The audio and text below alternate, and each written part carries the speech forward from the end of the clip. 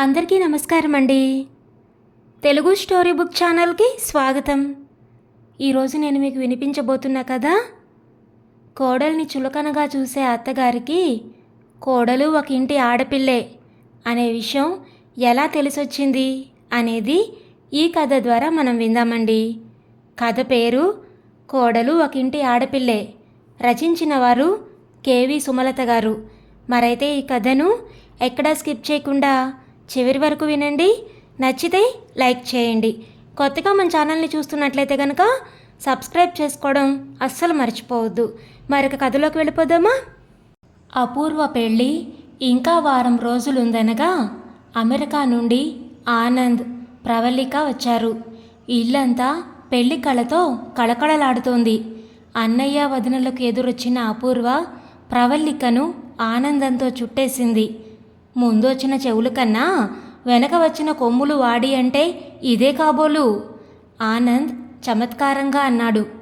అది కాదన్నయ్యా అంటూ దగ్గరకు వచ్చిన ప్రవళికను దగ్గరకు తీసుకొని నవ్వేశాడు ఆనంద్. సరి ఇక లోపలికి రండి అంటూ దమయంతి కొడుకు కోడళ్లను ఆహ్వానించింది. ఏమిట్రా నాన్నా, చిక్కి సగమయ్యావు? భోజనం సదుపాయంగా ఉండడం లేదా?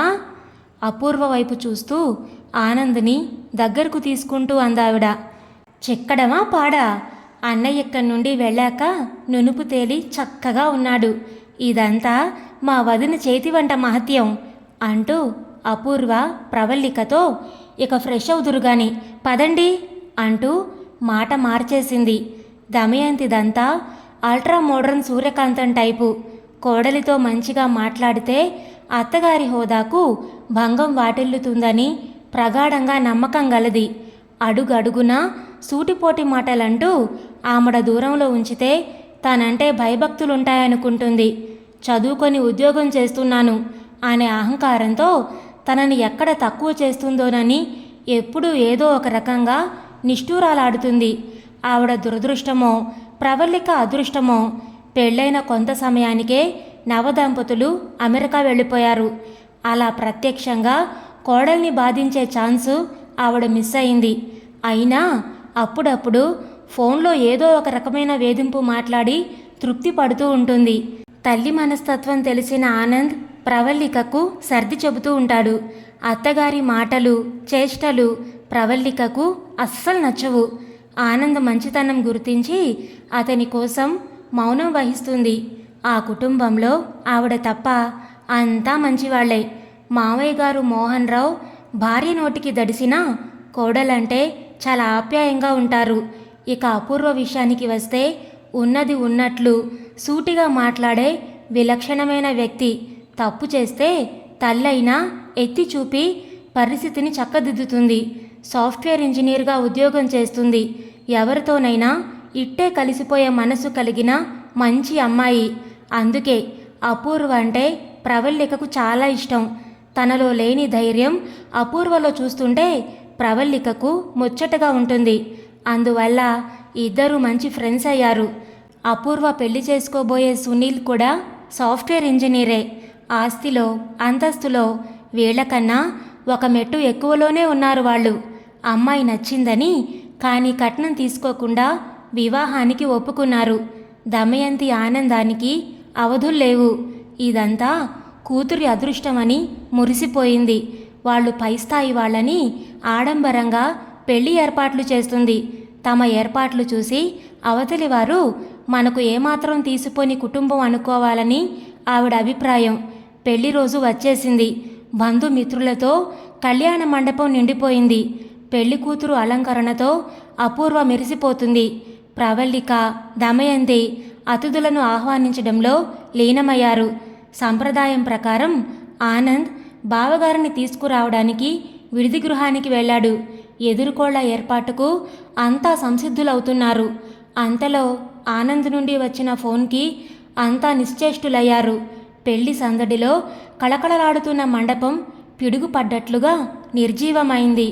పెళ్లి కూతురు రూములో ఉన్న అపూర్వ బయటకు వచ్చి ఏం జరిగిందని తండ్రిని ప్రశ్నించింది. పెళ్లి కొడుకు తల్లి దీపారాధన కుందులతో విడిదిలో నుండి బయలుదేరి కారెక్కుతూ ఉండగా కుందులు చీర కంటుకొని గాయాలయ్యాయట. పట్టుచీర కావడంతో వెంటనే భగ్గుమని ఒళ్ళంటుకుందట. వెంటనే ఆర్పడానికి సరైన గుడ్డ అందుబాటులో లేకపోవడం వల్ల ఆవిడకు 40% ఒళ్ళు కాలిందట. అంతా ఆవిడ్ను హాస్పిటల్కు తీసుకువెళ్లారని, అక్కడే ఉన్నారని ఆనంద్ చెప్పాడు అన్నారు మోహన్ రావు గారు. వింటున్న అపూర్వ అవాక్కయింది. చుట్టూ ఉన్న బంధువులంతా తలా ఒక మాట అంటున్నారు. దీపారాధన కుందులు అంటుకోవడం మామూలు విషయమా? అశుభం కదూ. వాళ్ళు పెళ్లికి అంగీకరిస్తారో లేదో. ఇంకేం పెళ్ళిరే, తల్లికంత ఘోరం జరిగితే పెళ్ళికొస్తారా? శుభమా అని పెళ్లి చేసుకుందామని వస్తే ఆ అబ్బాయి తల్లికి ఒళ్ళు కాలడం ఎంత అనర్థం. రకరకాల చర్చలతో మండపం మారుమోగుతుంది. దమయంతి ముఖంలో కత్తివేటుకి నెత్తురు చుక్కలేదు. స్తంభానికి ఆనుకొని నేల మీద కూలబడిపోయింది. ప్రవల్లిక అత్తగారికి చెరువులో కూర్చొని ఆవిడ్ను ఓదారుస్తోంది. దమయంతి కళ్ళ నుండి నీళ్లు కారిపోతున్నాయి. ఆవిడ జ్ఞాపకాలు 2 సంవత్సరాల వెనక్కి వెళ్ళాయి. ఆనంద్ పెళ్లిలో ఎదురుకోలు వేడుకగా జరుగుతోంది. అంతా సరదాగా ఉండి వరసైన వాళ్ళు హాస్యోక్తులతో నవ్వుల జల్లు కురిపిస్తున్నారు. కానీ దమయంతి ముఖం మాత్రం ముటముటలాడిస్తూనే ఉంది. దేనికో దానికి రుసరుసలాడుతూనే ఉంది. ముహూర్తం రాత్రి 10:15కి. ఇంకా 2 గంటల సమయం ఉంది. అంతా భోజనాలకు కూర్చున్నారు. భోజనం ఏర్పాట్లు చక్కగా చేశారు. ప్రతి ఒక్కరికి పదార్థాలన్నీ బాగా నచ్చాయి. దమయంతి వియ్యంకుణ్ణి పిలిపించి, ఇవేం వంటలు, ఇవేం ఏర్పాట్లు, కనీసం మా కుటుంబానికైనా వెండి పళ్ళాల్లో భోజనం పెట్టొచ్చుగా అంటూ విసుక్కుంది. పాపం ప్రవల్లిక తండ్రి చిన్నబుచ్చుకొని మారు మాట్లాడలేదు. అది చూసి అక్కడున్న బంధువులంతా తలో మాట మాట్లాడుకున్నారు.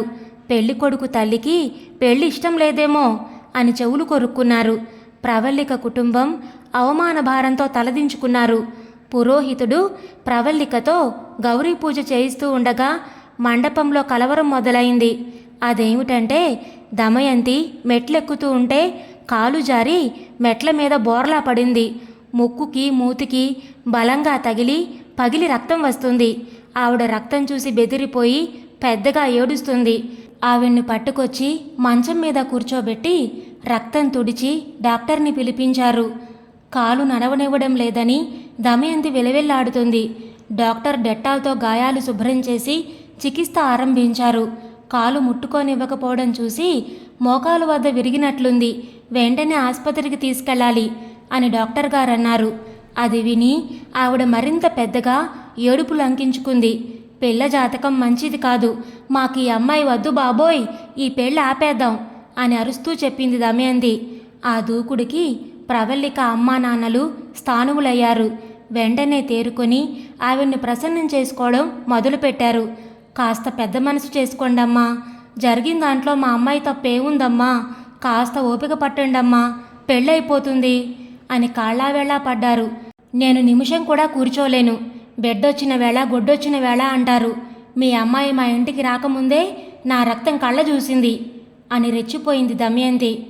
ఆనంద్, మోహన్ రావు, అపూర్వ ఆవిడకు నచ్చజెప్ప ప్రయత్నించినా ఆవిడ వినలేదు. మరో ముహూర్తం చూసి పెళ్లి చేద్దాం, ఇప్పుడు మాత్రం వద్దు అని మాట తిప్పేసింది ఆఖరికి. మండపంలో కన్నీళ్లతో కూర్చున్న ప్రవల్లికను చూసి అపూర్వ తల్లితో, నువ్వు ఆసుపత్రిలో జాయిన్ అవ్వాలి కదా, పద వెళదాం, అన్నయ్య ఇక్కడే ఉంటాడు, పెళ్ళి ఆపవలసిన అవసరం లేదు, నువ్వు కాలు జారి పడ్డానికి ఆ అమ్మాయి జాతకానికి సంబంధం ఏమిటి, అనవసరంగా అల్లరి చెయ్యొద్దమ్మా అని గట్టిగా చెప్పింది. తన మనసులో మాట అపూర్వ చెప్పడంతో ఆనంద్ దమయంతికి మాట్లాడే ఛాన్స్ ఇవ్వకుండానే కళ్యాణ మండపం ఎక్కి పెళ్లిపీటల మీద కూర్చున్నాడు. ప్రవల్లిక కృతజ్ఞతాపూర్వకంగా అపూర్వ వైపు చూసింది. ఆమె కుటుంబం మాత్రమే కాక అక్కడున్న అందరూ అపూర్వను ప్రశంసించారు. అంబులెన్స్ రావడంతో దమయంతిని ఆసుపత్రికి తీసుకెళ్లారు. గతం తాలూకు జ్ఞాపకాల నుండి తేరుకున్న దమయంతి పశ్చాత్తాపం నిండిన మనసుతో కళ్ళ నిండా నీటితో ప్రవల్లిక చేయి పట్టుకుంది. నిజానికి ప్రవల్లిక అపూర్వలకు కూడా జరిగినవి కళ్ళ ముందు మెదిలాయి. చచ్చిన పాములాగా ఉన్న ఆవిడ వంక జాలిగా చూసి మౌనం వహించారు. అప్పుడే అక్కడికి బిలబిలమంటూ పెళ్ళికొడుకు తరపు జనం ఆసుపత్రికి వెళ్ళిన వారు తిరిగొచ్చారు. ఆనంద్ పెళ్ళికొడుకుని అతని కుటుంబాన్ని తీసుకొనొచ్చాడు. సునీల్ తల్లి మినహాయించి అంతా అక్కడికొచ్చారు. సునీల్ని పందిట్లో కూర్చోబెట్టి ఆనంద్ తల్లి దగ్గరకొచ్చాడు. అక్కడి పరిస్థితి చూసి ఆనంద్ అంతా అర్థం చేసుకొని, ఎవరూ కంగారు పడొద్దు, నిజంగా సునీల్ వాళ్ళ అమ్మగారు దేవత. ఆవిడ స్పృహలోకి వచ్చిన నుండి ఒకటే గొడవ, ఎట్టి పరిస్థితుల్లో పెళ్ళి ఆగకూడదు, ఆడపిల్ల మాట పడకూడదు, పెళ్లి పనులు చూడండి, పెళ్లి కూతురు తరపు వాళ్ళు ఎంత కంగారు పడుతున్నారో, వెళ్ళండి అంటూ అందరినీ ఇక్కడికి పంపింది అన్నాడు. ఆవిడ మంచి మనసుకి అందరూ మనసులోనే జోహార్లర్పించుకొని పెళ్లి పనుల్లో లీనమయ్యారు. మంగళ వాయిద్యాలు మోగాయి. పెళ్లి నిర్విఘ్నంగా జరిగిపోయింది. సునీల్ అన్నయ్య వదిన సునీల్ పక్కన పీటల మీద కూర్చున్నారు. అనుకున్నట్లుగానే జరగడంతో అంతా ఊపిరి పీల్చుకున్నారు. ముఖ్యంగా దమయంతి పెళ్లి జరిగినంతసేపు కన్నీరు కారుస్తూనే ఉంది. పెళ్లి తంతు పూర్తయ్యేసరికి రాత్రి 12:30 అయింది. అపూర్వ కోరిక ప్రకారం అంతా ఆసుపత్రికి వెళ్లారు. వధూవరులిద్దరూ మంచం మీద ఉన్న ఆవిడ కాళ్లకు నమస్కరించి ఆశీస్సులు పొందారు. దమయంతి వియ్యపురాలి చేతులు పట్టుకొని, మీకు ఏ విధంగా కృతజ్ఞతలు చెప్పుకోవాలో తెలియడం లేదండి వదిన గారు. మీ రుణం తీర్చుకోలేనిది. మా అమ్మాయి మీద మచ్చపడకుండా కాపాడారు. అంతేకాదు, మీ వల్ల నేను చాలా నేర్చుకున్నాను అంటూ దుఃఖపూర్వకమైన స్వరంతో అంది. అయ్యో, అలా అనొద్దు వదిన గారు. పొరపాటు నా వల్ల జరిగితే వచ్చే కోడలి మీద అభాండం వేయడం ఎంత మటుకు సబబు? మనం కంటేనే ప్రేమ చూపించాలి అనుకుంటే తప్పు. మన ఇంటికి వచ్చే అమ్మాయి కూడా కన్న కూతురుతో సమానమే. ఇందులో నేను చేసిందేమీ లేదు. నీరసంగా అయినా స్పష్టంగా మాట్లాడింది సునీల్ తల్లి. మంచితనం మూర్తి భవించిన ఆ మహోన్నతమైన వ్యక్తిని అక్కడున్న అంతా నీళ్లు నిండిన కళ్ళతో అలా చూస్తూ ఉండిపోయారు. ఇదండి ఈరోజు కథ. ఈ కథని గురించిన మీ విలువైన అభిప్రాయాలను కామెంట్స్లో తప్పకుండా తెలియచేయండి. ఇంత మంచి కథని మనకు అందించిన కేవి సుమలత గారికి మనందరి తరపు నుంచి ధన్యవాదాలు తెలియచేసుకుంటున్నానండి. మరి ఈ కథ మీకు నచ్చిందా? నచ్చితే లైక్ చేయండి, షేర్ చేయండి. అలాగే కొత్తగా మన ఛానల్ని చూస్తున్నట్లయితే కనుక సబ్స్క్రైబ్ చేసుకోవడం ద్వారా ఇలాంటి మరెన్నో మంచి మంచి కథలను మన ఛానల్ ద్వారా వినవచ్చు. మళ్ళీ రేపు మరొక మంచి కథతో మీ ముందుకు వస్తాను. అంతవరకు ఉంటానండి.